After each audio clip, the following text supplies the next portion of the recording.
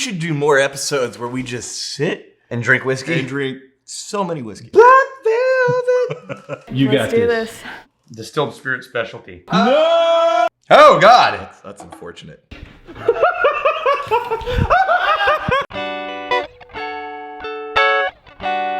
Today we're talking about the top 20 most popular whiskeys. This list Got all of is them. the top in the US. And right? we're going to do ounce and a half shots of all 20. I looked at the list. We'll go through the list. I agree with the ounce and a half. Yeah. Confirmed. Oh, it's so bad. Confirmed. Of all the, and this is, by the way, all whiskey categories. It really is what's getting sold. What are people putting on their shelves in the marketplace? The list is actually from IRI Worldwide, which is a market research firm that researches liquor sales. The first one, number 20 on the list. 20. Buchanan. Okay. It's a blended scotch that I really like. Sure. Goes back forever. It's gonna have a base grain probably, and then rounded out flavors with malt whiskeys. Okay. This is 12-year-old, which means even the grain whiskey in this is 12 years old. It's a nice nose. It's fruity. I was actually kind of excited to see this on the top 20 because this, I think, is a decent blend. Oh, and there's like a little bit of a ashiness. Little bit of ash. Yeah, a little bit of smoke in there. Just a little bit. Just right on the edge. Okay. All right. That's kind of nice. That is nice. I would be comfortable drinking that. Oh yeah. If you're maybe that's the other question we ask. Could you drink that as your go-to budget? If I just said this is your daily drinker. Special occasions like holidays, I'll give you something fancy, but that's all you get at the house. I could do worse. Yeah.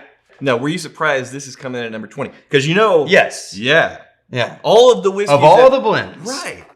Rich and rare Canadian whiskey with natural flavors. Bottled by. I would hope so. It's whiskey. Yeah. So this is a Sazerac whiskey that no one knows who's making it anymore. I don't think. Well, I mean, somebody knows. It's not generally published where it's being made now. Man, this is really light on the nose. I'm hunting. There's some vanilla sweetness in there. It's soft, classic, standard Canadian whiskey profile. Got the sweet vanilla, caramel, soft edges all around. Mm-hmm. It's that, but just dialed down to be really soft, really light. It's almost candy. It's 40% alcohol, 80%. In America, categorically, this would be considered a light whiskey. Okay. Or American whiskey blend. It's just so simple and sweet, but the flavor that is there. Mm-hmm. That is right down the middle of home plate. What's going to be the flavor that the most number of people are going to enjoy? And it's going to be that really sugary, sweet vanilla, a little bit of caramel, soft, and proof down so it doesn't burn you. That's why one of the number one whiskeys sold in Texas right now is that TX Blend. TX Blend. Which tastes like vanilla whiskey. Which actually blended. Not that far off from the Canadian flavor profiles. Mm-hmm. And a lot of people dig it. Surprised or not surprised? Oh, yes, right. Rich and rare for sales. Surprised only because I hadn't heard of Rich. I knew of Rich and Rare, right, but not that well. It's not really discussed in whiskey circles. Yeah. Yeah. All right, what's next? The next one I had never even heard of. Okay. Ever. Yeah. Turns out, I think it's because it's a well whiskey. Okay. But it's Kessler's. Oh. It's an American blended whiskey. And it's basically like Seagram's, where it's a vodka mixed with straight whiskey. There was plenty of discussion before the episode, right? We're looking at the list. And this thing comes up. We had to Google it. We had to Google Kessler. We went to Specs, which is a liquor store chain. They didn't have it. Do you guys have Kessler? No, they got in the computer looking for Kessler. You had to drive across town. Yeah, there's one on the other side of town. To get Kessler. And supposedly this thing's number 18, 17? 18. Bottled in Claremont, Kentucky. Okay. It is a Beam Suntory brand. Yeah, this I'm getting that classic bourbon woodiness. You know this is going to be 40%. Yeah. It's a really sharp and shiny with the memory of a bourbon. Mm-hmm. It's almost like you poured a little bit of vodka, aged vodka, into a glass that used to have bourbon in it. Right. So there's this thing called well whiskeys that a lot of bars and restaurants will have. Where if you just order a generic, give me a whiskey, right? They'll just pull whatever the cheapest thing they have in the, or if a whiskey cocktail, give me a whiskey soda, right? And you don't specify the whiskey, it's going to be a budget line. It's going to be a budget line. Is that what's going on here? Is that how it's getting so many? I think so. Okay. No, so me, surprised. Oh yeah. Simply because I'd never heard of it. Total surprise on the brand. Would not be a daily drinker. No, and bourbon drinkers, this is going to be kind of like a diluted, watered down. The classic bourbon flavors are there. They're just really thinned out. 17. Woodford made 17. Okay. Is that not impressive? That's pretty good. I'm totally surprised that Woodford is on that list. Okay, Woodford Reserve. Because it's not cheap. It's a well-known brand amongst people that consider themselves whiskey enthusiasts. Yeah, this is not cheap whiskey, and it's a damn good bourbon. So already on the nose, the amount of flavor that jumps out of that glass compared to the last couple we've had. I mean, they go for that maraschino cherry, molasses, that oakiness. Oh, it's just a beautifully rich, woody bourbon. Yeah, and it's coming in at 45% alcohol. I like the peppery, slight bitter note that Woodford has. Yeah. It's not as sweet as some other classic bourbons. That woodiness.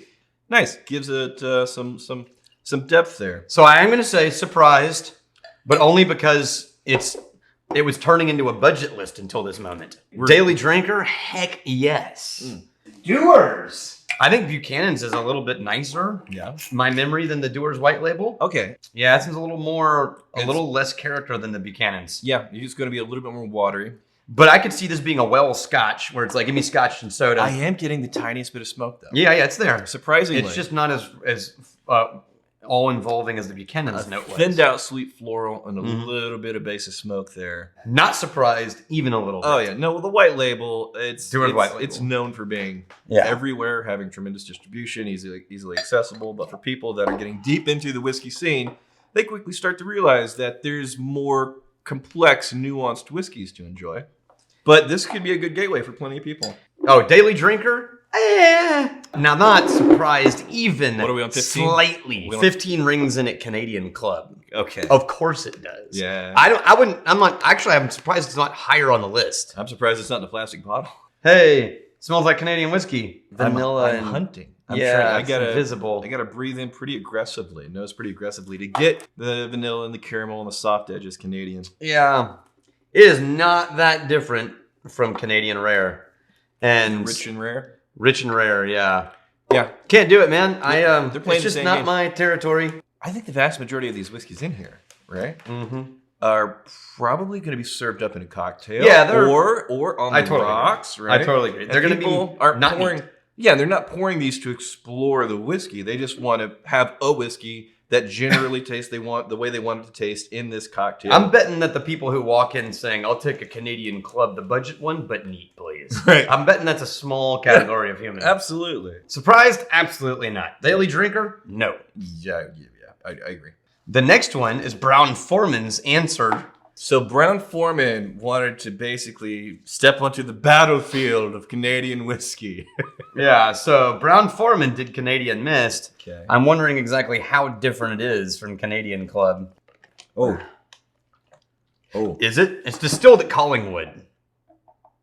Oh, God. That's unfortunate. No, that can't be right. Hold on. Did something go wrong with this? They said, hey, you know what people love about Canadian whiskey? So let's do the opposite of that. Oh.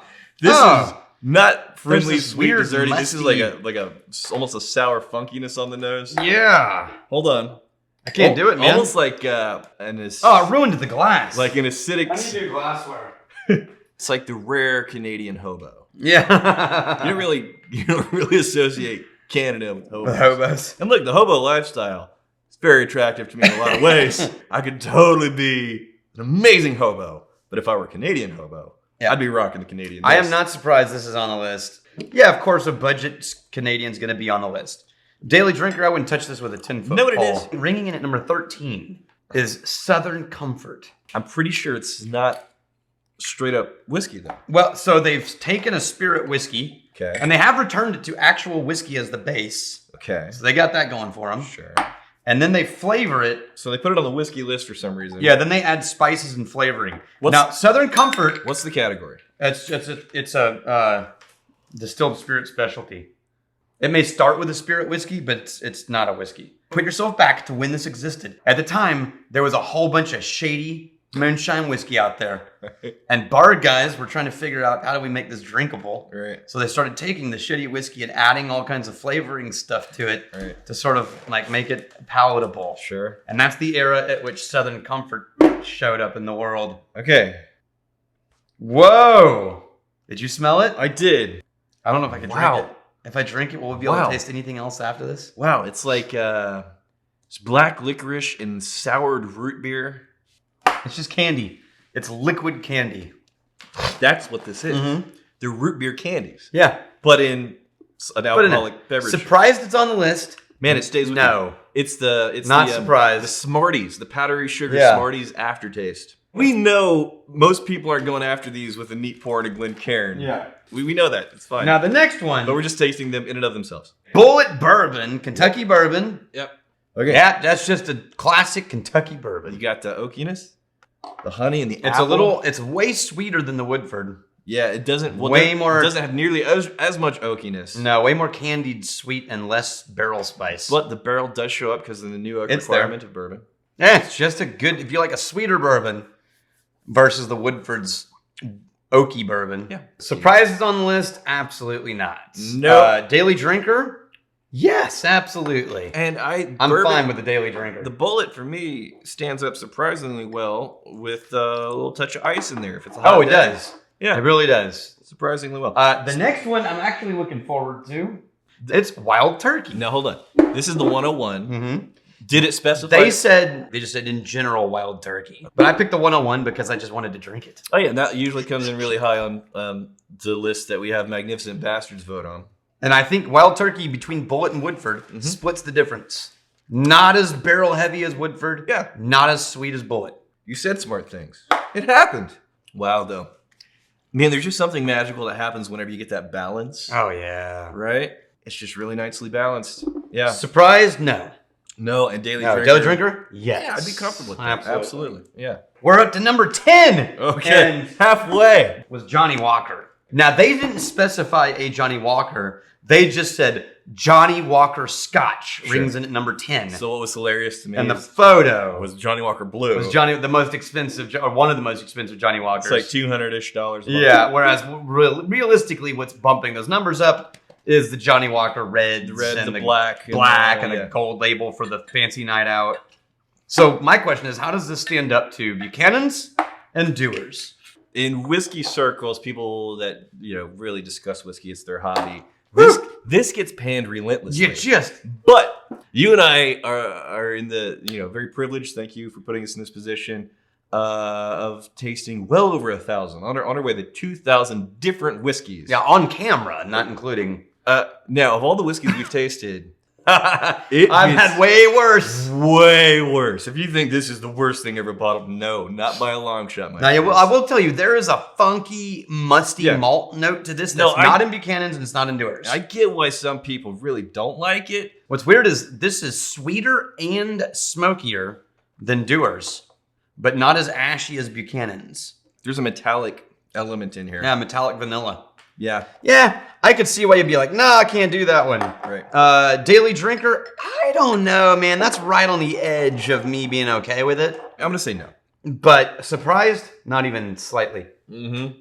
Number 9. We should do more episodes where we just sit and drink whiskey. And drink so many whiskeys. Black Velvet. That's what number 9 is. Okay. So remember we said everyone has their entry into the budget Canadian category? Yeah. Yeah. Whose entry is this? This is Heaven Hill. Okay. It was Constellation Brands, but it was bought by Heaven Hill. I was surprised to find out this brand is moving some whiskey.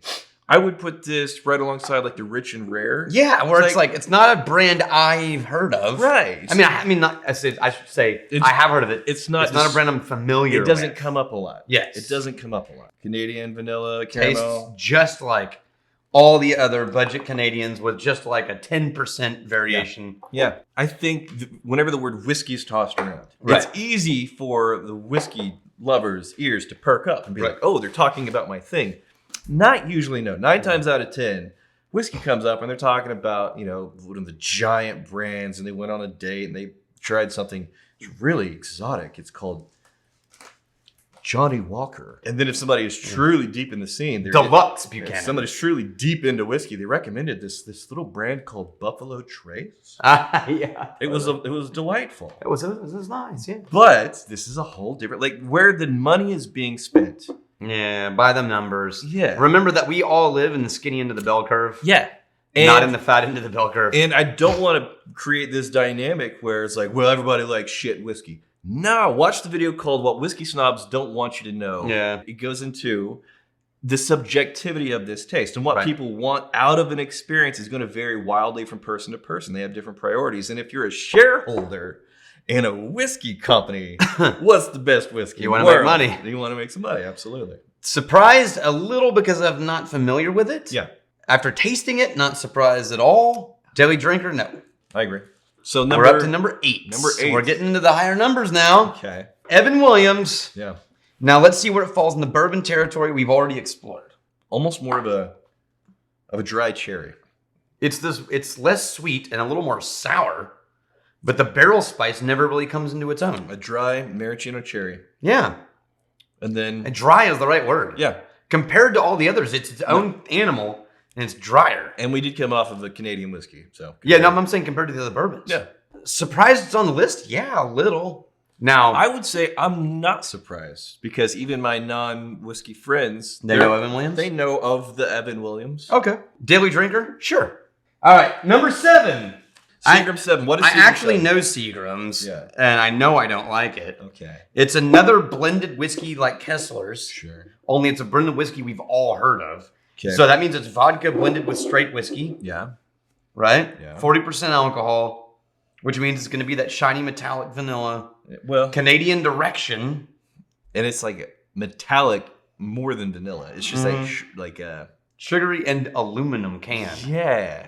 Yeah, that's why the Seagram's and 7 is the 7-Up. You just alcohol. You just turn it. You're turning a soda into alcohol with that drink. I wonder if we had these whiskeys in the way that they are most commonly consumed. Oh, we would improve them. I guarantee you we would like them better.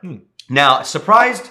Absolutely not. Nope. Could have predicted that one. That's been a big whiskey for a long time. Yeah, absolutely. I mean, it's in songs. Daily drinker? No. Well, if I have to drink it this way. Right. You're excited about the 6. Yeah. Okay. I like Maker's Mark. I know that I like Maker's Mark. I've always liked Maker's Mark. Been around a while. Not surprised and glad to drink it. The thing that really stands out for me on the Maker's Mark is how beautifully developed the cherry note is. And the honey around it. Yeah. It's like if you took that and you dipped it in honey. Yeah. Like you can almost picture the little honey stick with engraved grooves, being dipped into honey. Yeah. And this is definitely a sweeter whiskey. On the nose. Yeah, that's candy and a hint of barrel spice. A hint is the word. After all the whiskeys I've had, there's a little bit of thread of a eucalyptus, like a sweet eucalyptus. Yeah, that's the first time it shows up in this bourbon. Now, surprised it's on the list? No, not really. They do such a good job of marketing. Yep. Daily drinker? Oh, hell yes. Yeah. Number 5 happens to be one of my favorite budget whiskeys. Okay. All right. What do we got? Always have it in the house. Oh, the Jameson. Always have it in the house. Jameson. As a touring musician for most of my life, Sure, I was known for drinking Irish whiskey. And Jameson was always in my house. Okay.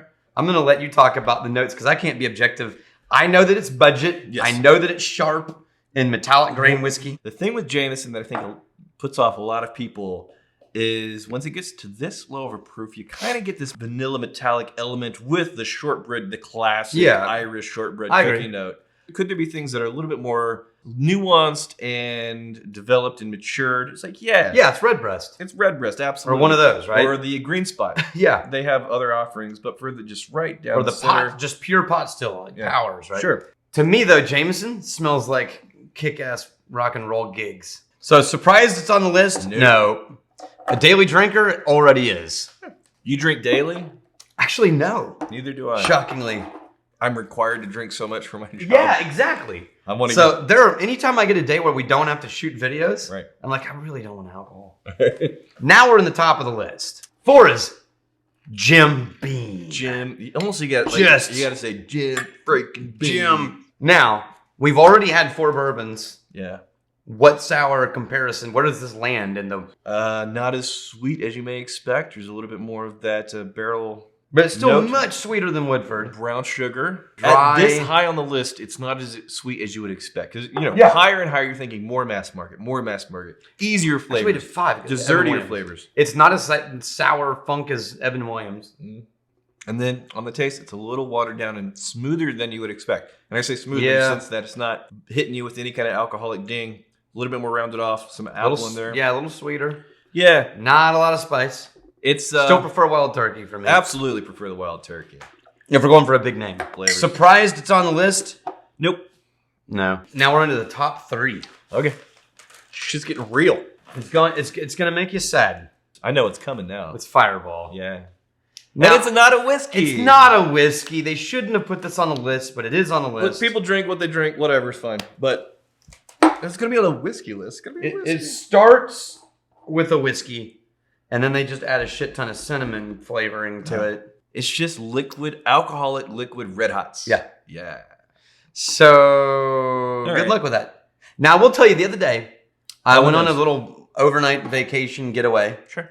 I got to where I was going. I got into the hotel, checked in, went and found a cigar bar, sat down, brought just the flask, lit a cigar. I'm alone. I'm on vacation, smoking a cigar. As one does. I'm going to have a little 21-year-old Glendronach.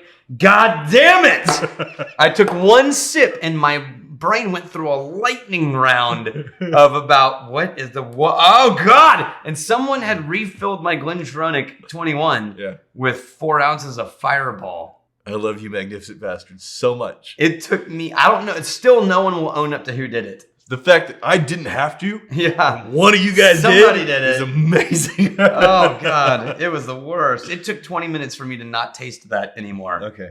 Spicy, burny, hot Which cinnamon. I don't like. It's even the candies I don't like. That's it. Yeah. Like I don't like Red Hots. Surprised, a little betrayed because I don't feel like this is a whiskey list.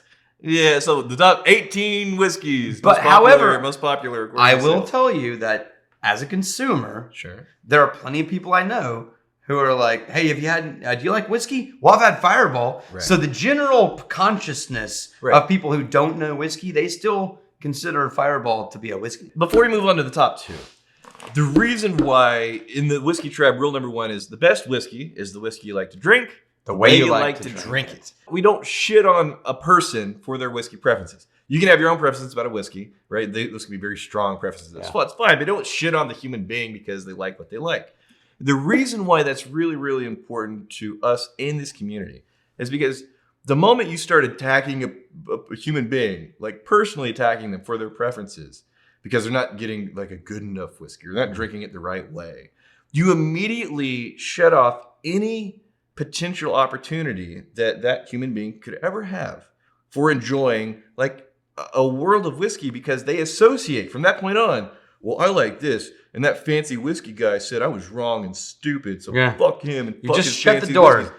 And our goal is to basically open the doors to all of these amazing whiskey experiences, and as soon as a person is a snob and being really kind of, just an asshole, they're just shutting people down from ever experiencing what we know is possible in the world of whiskey. The next one? Yeah. Not even a little bit surprised. Oh, yeah. It was one of the several that I said. Of course. Crown Royal. Crown Royal. Of course, Crown Royal. Off of the heels of the other Canadians we've had and how it compares. Yeah. Right? Here we go. All right. Yeah. Yeah, there it is. It's not wildly different. It's not. It's Canadian whiskey. It tastes like all the other... The really light, just sweet slight vanilla, variations. Vanilla caramel, rounded off edges, easy sipper. Yeah. Am I surprised? No. Daily drinker? No. Okay. Number 1. Mm-hmm.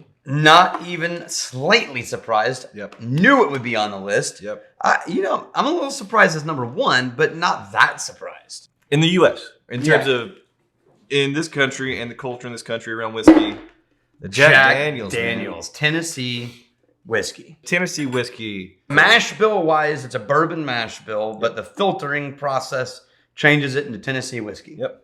That corn, that sweet bourbony corn. Yeah, but this one's way sweeter and more candy on the nose than any of the bourbons we've tried up until now. Honey molasses. It adds more vanilla than the cherry caramel. Yeah. I get it, man. Yeah, there's the vanilla. Which makes it, when you add to Coke, a Jack and Coke makes it a vanilla Coke. And it finishes with an oakiness. Just slightly. Right there. Now, daily drinker, I would actually be fine with that. Fair enough. Did you notice what's not on the list? Did you see a rye in there? No. There's no rye. As much as rye with hipsters has taken over the world, it's not yet caught up to the general populace. Well, by definition, hipsters aren't allowed to like popular things. Yeah. So If rye ever became popular, the hipsters will abandon It's it. coming back. It's growing again, but it's not yet back to categorical dominance. And as just white hot of a moment that Japanese whiskey is having. Yeah, it's still inside the whiskey community. Yes. Which makes it a sub-niche. Now, how's the blend? A blend of the top 20 most popular whiskeys in Really the the US. top 18 because we left out Southern Comfort and We Fireball. did top 18. Fair enough. Fair enough. It's not as sweet as I was But it's still expecting. shiny and metallic. Because there's a lot more neutral grain spirit in this than anything else. Right? Because neutral grain is in the American whiskeys. Right. It's in the Canadian whiskeys. Right. It's in the Jameson. Right. It's the neutral grain spirit whiskey. Right. Is in most of the things we tried other than the classic bourbons. That's interesting. We gotta spice this up. That was a weird note to end on. Let's do something.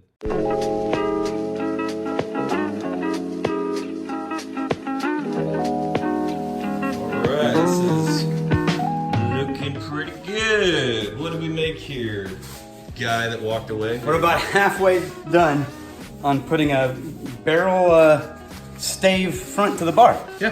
This Hey. is one of the original Eleanor's. Oh really? Yeah. Oh. So Daniel, after our very lazy sit-down episodes where we basically came up with an elaborate excuse how we can sit down and drink a lot of whiskeys a little while. Yeah. in a while, I figured out a bold new innovation in the world of bartending. So that a bartender, because you're on your feet a lot, Yeah, I are. right? Emma, when you bartend, you're on your feet a lot. First thing we need is a stool that a bartender can. Where can we get a stool? Got a stool? We got a stool. Okay. Emma So- wasn't lying. super comfortable stool for the bartenders. The way this is gonna work is a bartender from this one single location Yes. will be able to pour and serve anybody in this bar. How does that work exactly? So, this is gonna be your serving stick, Got it. and at the end, you're gonna have the Glencairn Right. anywhere that you need to reach. Holy cow. Daniel, I think you can figure out what the challenge is. You have Yep. the serving stick. We'll do it fancy. All right, you ready? It's gonna glow. Oh, dude, you have. Okay. Where are we going? Where are we going? You feeling good? Feeling good? No. Oh, dude! So sad. It wasn't really a good whiskey. It's fine. I can't see it because it's behind the phone. I can't tell if it's straight or not. Okay, Emma. Hey, don't. Hey, Oh, hey, oh, oh. be gentle. Oh, oh. Whoa. All right, John. This is coming to you, buddy. You better have a big fat tip ready for Daniel. I'm waiting. Give it to me, Daniel. I'm trying. I'm trying. Dude, you get off. Hot on a bottle. Emma, All right, Emma. All right, You let's got do this. this. Get out here. You can't My be laughing. problem is I'm not gonna be able to stop laughing. You're gonna be laughing the whole that's a lot time. of wiggle, Emma. Wait, remember this weight's gonna hold it down. Lift it up. You got it. Slowly, steadily up. All right, you got it. That's all you Don't move Don't it. laugh.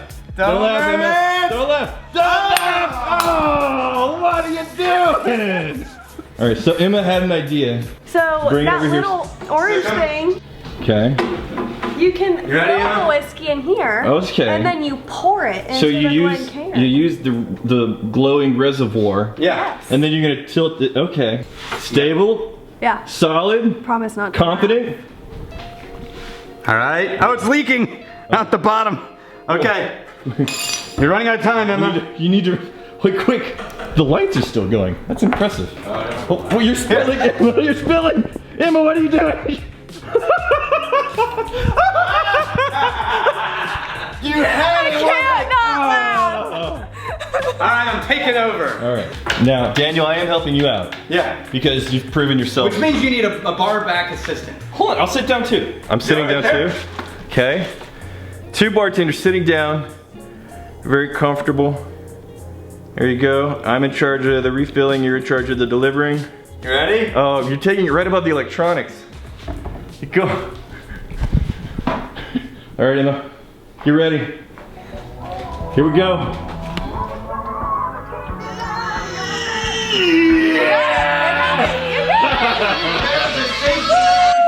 Patent pending.